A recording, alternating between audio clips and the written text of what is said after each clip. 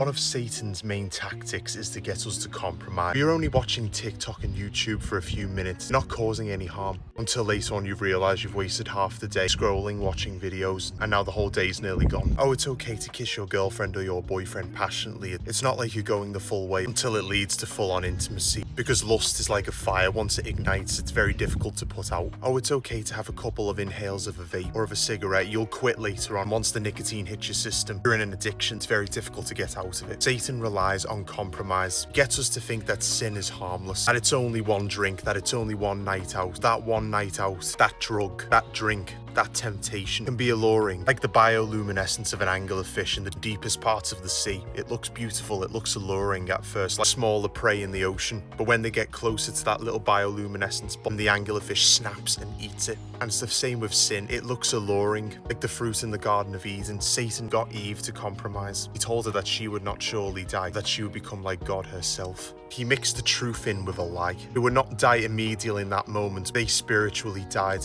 And of course, one day in the future, they would both physically die as well. A spiritual relationship with God died that day, and sin and death entered into the world. Until this day, we still feel the consequences of that one action. Creation all around us is groaning in pain for redemption. Same with all of us. We draw near to God, we find peace, because we draw near to our true purpose, what we were created for. Submit to God, resist the devil, and he will flee from you. Draw near to God, and he will draw near to you. You're called to challenge every temptation, to pray, to fast. Fasting is so essential. That is why it is done so much throughout the Old Testament and the New Testament. For me, praying the rosary also helps, especially with temptations. Reading the Word of God, Bible study, receiving the Eucharist, because our flesh and our spirit are at constant war. Our flesh desires to do things that is in contrast to the spirit. Flesh desires sin. The flesh desires the pleasures and fleeting distractions of this world, which leads to death, but the spirit thirsts for life. And the fruits of the spirit are selflessness, responsibility, humility, control. Overall, remain in God, stay close to Christ and his word, because the enemy knows the scriptures back to front and better than we could know it. And that is why we need to stay in the word, because it is our armor. Put on the full armor of God so that we may stand against the devil's schemes. A truth like a belt around our waist. Have our feet sandaled with the readiness for the gospel of peace. Wear the breastplate of righteousness, put on the helmet of salvation, and wield the sword of the Spirit, which is the word of God. And take up the shield of faith to extinguish all the flaming arrows of the evil one.